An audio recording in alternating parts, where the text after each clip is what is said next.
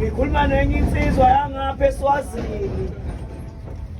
Uyabona manje uShembe usenabe ngale ndlela ukuthi naseSwazini sebeyazi ngaye.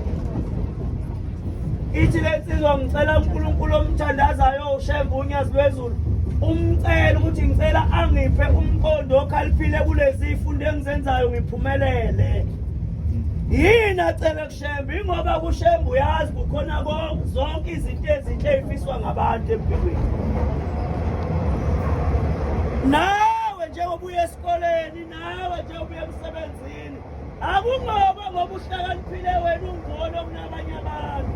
Umusa uNkulunkulu asakwenzele wona. Okumele wena uthathe lo musa usebenzise ngendlela ekuyiyo. Kodwa kuyibhadi namhlanje into ezenziwa ngabafowethu nodadewethu.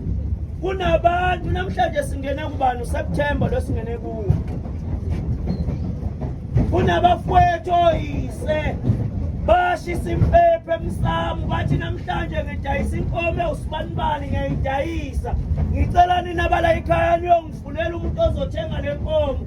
Isizathu sokuthi ngidayisele inkomo ingoba ingane yene usibanibani ifuna ukuyoqhubeka nemfundo ephakeme. Manje imali yokuthi iqhubeke kayikho. Tholani umuntu ozothenga le nkomo ukuze umzukulu wenu azoqhubeka nemfundo.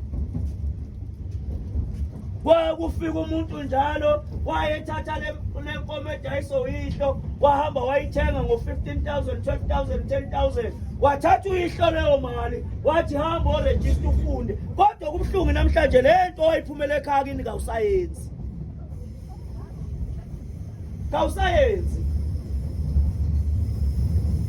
Kawusayenzi lento oyiphumela ekhaya kini. Usuyaqala manje wenza into ongayiphumelanga ekhaya kini. Izothi le nkulumo kayihla ikhuluma emsamo isikujikela uzothi uloyiwe. Le nkulumo yakhulunywa nguyihlo mhla edayisa inkomo emzini wakayise ekhuluma indaba yakho iyothi mayisikujikela uzothi uloyiwe. Abaningi seyibajikele. Uyazi abanye sihamba nabo manje bayagula. Yazi sihamba nabanye bayagula, abanye bamitha, abanye bamithisile. Izinto lezi ababengayiphumelanga emakhaya. Amaholiday asefika azayadlula nawe ephasika afika azadlula. Nalawo lama semester ngoJune abefikile azadlula kagodukanga ngoba usesaba lento ayiyo. Ithi ngoma kaShembe ka8 ithi ngiyazikhumbula izeluleko engelulekwa ngazo kanti namhla sezikude nenhliziyo yami. Ithi sengibheke enhla nasezantsi kangisaboni muntu. Ithi bonke sebe izitha. Uyazi mina mangibona abantu abasethukayo thina amaNazaretha angisaxake futhi akusangiphathi kabi ngoba sithukwa izitha. Kuvuka amagama esasibakhuza ngawo. Sibatshela ukuthi impilo iyona lento eniyicabangayo. Uze umuntu ethuka amaNazaretha ethi labantu bakwaShembe bayicabanga ukuthi bangcono bayicabanga ukuthi bayini. Cha bangcono. Ukuthi nje uNkulunkulu wabapha into enhle ukuthi bakwazi ukuthi bebe phakathi kwabantu banika abantu umthetho. Amen. Wempilo. Ukuthi umuntu kufanele aphile kanjani. Mayekugejileke lawo mazwi uhambe uyosithuka nabangani bakho. Sezukubambile ziphathwa kwezudlayo vele. Mawuzwa nje umuntu ethuka amaNazaretha wokwazi ukuthi isitha sivukelwa amagama akhulunywa kuso. Kodwa ke sonke njoba sesonile nje asizame siyiqoqeni. Sithi sizula kulahlambele ngokufela. Yonke into eyenzeke empilweni yakhe iqalwe nguwe futhi nomuntu ozoyishintsha nguwe. Into eyenzeke empilweni yakhe iqalwe nguwe futhi umuntu ozoyishintsha nguwe. Make waqala wabuyisa amagama abazali bakho ngiyatshela mina ungaphila wena. Inkinga wena ufuna ukuphilela abantu. Nayi into eshaya lesisizwe sabantu abamnyama. Indlu yakithi emnyama ishawa into eyodwa ifuna ukuphilela abantu. Ma singayeke ukuphilela abantu siphilela amakithi ungabona ukuthi wena unengqondo futhi ikhanda lakho liyasebenza. Ubona ngathi ikhanda lakho liyadumzela njengoba uphilela abantu. Yonke into yenza ufuna ukubukwa. Ubukwa abantu abangebe kusize ngalutho. Yazi khona abafana laba thuka amaNazaretha amayetha amaNazaretha bekani imali nganwe. AmaNazaretha akutshela ngomuzi wakini. Mina njengoba ngowacela mangithi ganwa wena awukho umuzi wacela wakho umuzi wakini. Kodwa mawisilima uphuma uthuka amaNazaretha uthi bathi asiganwe baxawe yini kusho isilima somfana sithi sixawe yini. Sihlangana nezinye iphuphuku mhlawumbe nala sikhona esinye isiphuphuku esicabanga kanjalo ukuthi uma uthi ganwa athi uxakwe yini sitshela ngekini lelifayo. Usuke isilima-ke somfana makuthiwa ganwa ubuza umuntu okutshela leyo nto ukuthi uxakwe yini usuke isilima siduphunga. Ngenzela ukuthi nalama ekhona lowo muntu asheshezwe nje ukuthi ngimtshela leyo nto ukuthi uyisilima makuthiwa ganwa ubuza ukuthi sixakwe yini ngoba umuzi wakini lokufonela wakhe njengoba wazalwa nje uyihlo unethemba kuwo. Nina mhlawumbe angazi mina inkinga ngiye ngiyibuke mhlawumbe la sikhule kabi amadoda siwabonanga. Uyabona abantu abakhule bengawabona amadoda ingqondo yabo ayisebenzi kahle. Abakhule nje bebona abantu besilisa begcwele emhlabeni.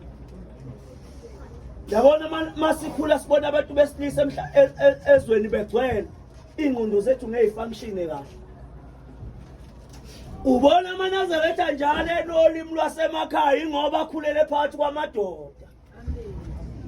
Abona izinto ezinhle ezenziwa ngamadoda. Kuyamangaza mangathi wakhona umuntu oyinazaretha oyenza kabi. Ubona ngishaba wokubuka bakuthiwa ibuya kuJuly. Nina ninamafoni enza izinto. Ke ubuka insizwe ezincane ezisuke eziganwa ngoba yini sibona amadoda. Bese kuthi-ke labo onkumfe. Onkumfe abangazwani abangabonanga amadoda ubezwe bethi baxakwe yini masingaganiwe. Ngoba onkumfe ababonanga into enhle. Ukuze ube yinto enhle kufanele ubonele into enhle. Ma ufuna ukuba intembi ubonele intembi. La phakathi kwethu kunabantu abayokhuthuza abantu babonele intembi ukuthi ukuze ube nento ofuna ukukhuthuza abantu. La wena ungababona begezile ukuthi baye emsebenzini abayi bayojijibeza abantu ngo-up nango-7 la ma ubatshela lempilo yomuntu baphenduka iy'lwane. Ngeke ngabona omunye umbhemu uthe ungwakalanga wathi uthi yena kumina uyiKristu wathi ngoba uyangibona mina ngiyinazaretha wayesethi yena iyiphi indlela engenziwa ke kukhulunywe nabantu belahla ubulwane.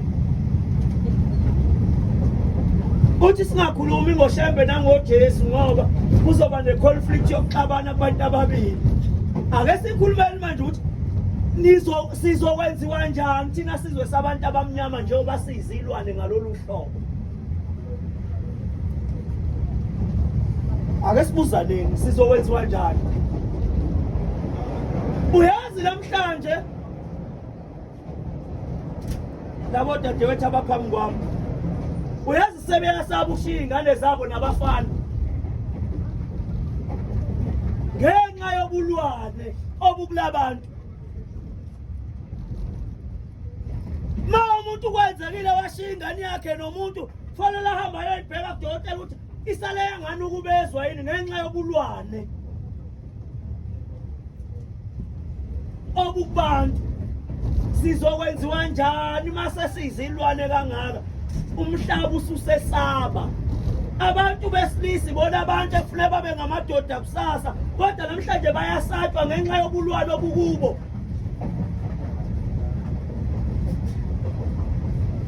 Ngenxa yobulwane obukithi namhlanje siyesatshwa.